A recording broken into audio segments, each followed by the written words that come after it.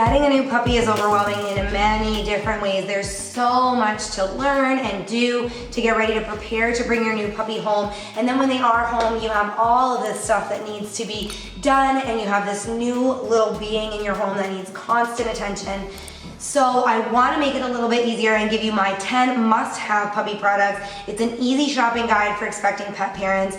A lot of people get overwhelmed with all of the products on the market, and you think you need everything for your pet. It's already expensive to purchase a puppy or adopt a puppy. You have to think about vaccines, vet visits, having your dog spayed or neutered. There's all of these upcoming expenses with food and treats and things that are ongoing expenses. So I wanted to make a list of the things that you really need to buy and you should plan for before getting your puppy. And all the rest of it, you don't really need. You can take some time, buy it down the road, or forget about it. Your puppy's gonna have the essentials, they're gonna have what they need, and you can save a little bit of money, work with your budget to get the things that you absolutely have to have without all of those other expenses and those things that are on the market that we don't actually need. So first and foremost, collar and a leash. Every puppy needs a collar and a leash. It should be a collar that fits them properly as a puppy. The bad thing about collars is that typically you can get one, if you're getting a large breed dog, it's gonna fit them as a puppy, but they're gonna grow out of it. So just keep that in mind. If you have a small breed, chances are you're gonna be able to get one collar and it's gonna grow with your dog. But if you're getting a medium or large breed, you may need to buy multiple collars as they grow. Leashes, think about the kind of leash you want. There's pros and cons to retractable leashes. I personally don't use them, but do a little bit of research and find a leash. The ones that I like are the traditional kind of leash style, a walking leash, but they also have the attachment where you can tether your dog somewhere. So if you're walking and you need to tether your dog, say if you're sitting down, you can tether them to like the leg of the chair or a bench or a table if you're taking them out in public. So those are the ones I like. Do a little bit of research, think about the type that you want, and then that'll save you from buying multiple leashes down the road.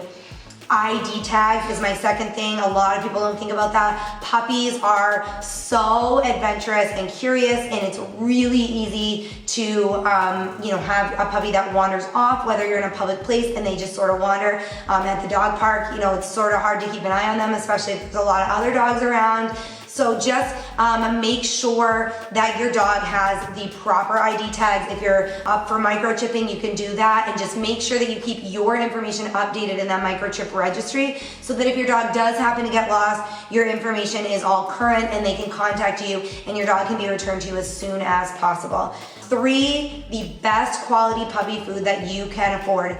It's really important to feed proper nutrition your dog's whole life, but especially when they're growing puppies, much like small children, they need extra protein, they need extra calcium, their bodies are growing. For large breed puppies, their bodies are growing at an exorbitant rate. They're growing very quickly, so they need that proper nutrition. It's really, really important that you take some time, talk to your vet, do some research on your own and find a really high quality puppy food that fits your budget. Obviously, you're not gonna be able to probably afford the top of the line, but you also don't have to buy just that cheap puppy kibble that only costs a few dollars a bag. Spend the extra money, buy a high quality food, and make sure that it's providing your puppy with the best nutrition possible. 4 is your first vet visit. You wanna set that up, find a vet. If you haven't had pets in the past, do some research, talk to pet owners in your area, find a reliable, trustworthy vet, and set up that first vet visit. Make sure that you know the costs that are gonna be coming. They can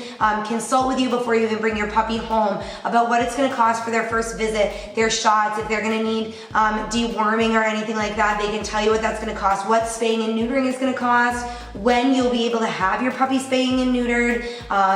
Different vets recommend different things. Some will do it as early as 8 weeks, some wanna wait till 6 months for a year-old. So talk to them, think about when that cost is coming so that you can plan for that and have that money kind of set aside for that. Number 5 is a crate. I firmly believe in crate training. It gives your dog a space to have all to themselves. That's away from other members of your family, other pets. It's just a place for them to go and rest and be away from everything when they're overstimulated. It's also a great way for you to ensure that your dog is safely contained while you're away from the house, especially especially important with puppies because they do chew and they do get into things that can be very dangerous. So it'll save you that peace of mind of knowing that they're not going to get into anything that could harm them, but it's also going to prevent them from ruining your stuff as well. So I'm a firm believer in crate training. You can click the link below the video for more information. We have guides on how to crate train, tips for crate training,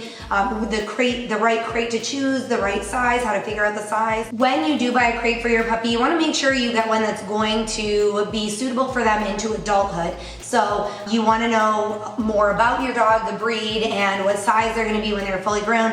And if you have a large breed or a medium breed dog, you can actually buy crates that have dividers in them so that they can be small for puppies and larger for adult dogs. Another must-have puppy item is a bed. Your dog needs their own place to sleep.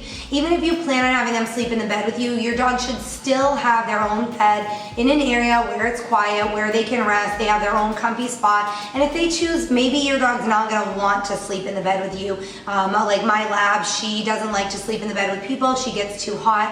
And so your dog may be the same way. Even if they do sleep in the bed with you, you're gonna want a spot during the day where they can go and sleep. So again, you know, a bed that's appropriately sized for them when they're gonna be an adult will save you money in the long run so that you don't have to keep buying beds as your puppy grows. Number 7 are grooming supplies. This is a must-have. You do need to do a little bit of research about your dog's breed. You need to know about their coat type, and you're gonna have to find out, you know, what kind of things that you're gonna need for your dog. So do a little bit of research, think about it. Some of the must-have supplies you're gonna need no matter what breed or size: nail clippers, brushes or combs depending on the coat type, shampoo. You're gonna want grooming wipes for a puppy. A lot of times puppies will get into messes, whether they're digging or they're rooting around, and just their face is gonna need to be wiped, or just their paws. You don't wanna have to give them a bath just to clean that small area. So have some grooming wipes on hand. Toothbrush and toothpaste are necessary for every dog. You're gonna want ear wash. So there's a long list of grooming supplies that you're gonna need no matter what breed or size your dog is. And then, as I mentioned, you can do some more research. If your dog, for example, has long hair and they grow like long fur over their eyes, you're gonna need some scissors to trim that, some grooming scissors. So there might be things specific to your dog that you'll need, but those are kind of the must-have for every dog. The other thing, definitely on my list, number 8, very important, is a dog first aid kit. You can make your own if you click the link below the video. I've done a video guide as well as a written detailed guide on making your own DIY doggy first aid kit, but you can also buy them in pet stores and big box stores. So definitely a first aid kit. Puppies have a natural curiosity. They get into things that they shouldn't, and you want to make sure that you're prepared for those emergencies. So make sure a dog first aid kit is on your list of must-have puppy supplies. Number 9, and this is going to come as no surprise, I'm sure, toys, toys, toys. You want to have lots of toys and things for your dog to play with. 1, it's going to be stimulating to him. It's going to help burn some of that puppy energy. 2, dogs have a natural need to chew, especially puppies who are teething. So you want to make sure you have toys that are going to satisfy that need to chew, toys that are going to be mentally stimulating, interactive toys, puzzle toys, things that are going to mentally stimulate the puppy and help to draw out some of that energy. And then you're also just gonna want to have a bunch of different toys so that your dog's not getting bored playing with the same 3 or 4 toys over and over. You can keep them in different areas of your house. You can alternate the toys that you put out for your pet to have access to.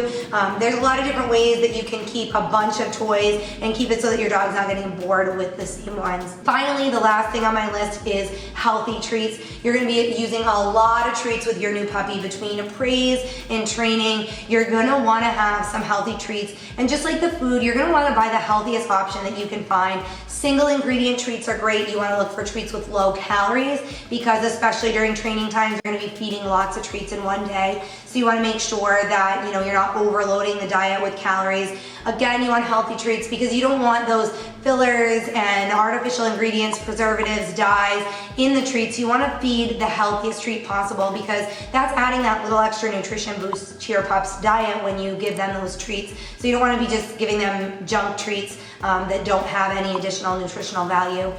There are tons of stuff, as I mentioned, that you can buy for a puppy. Don't get overwhelmed. Feel free to reach out to us if you have any questions. Again, click the link below the video. There's some really great information there on bringing a new puppy into your home and different guides for training and routines and what you're gonna need. So check that stuff out, and good luck with your new best friend.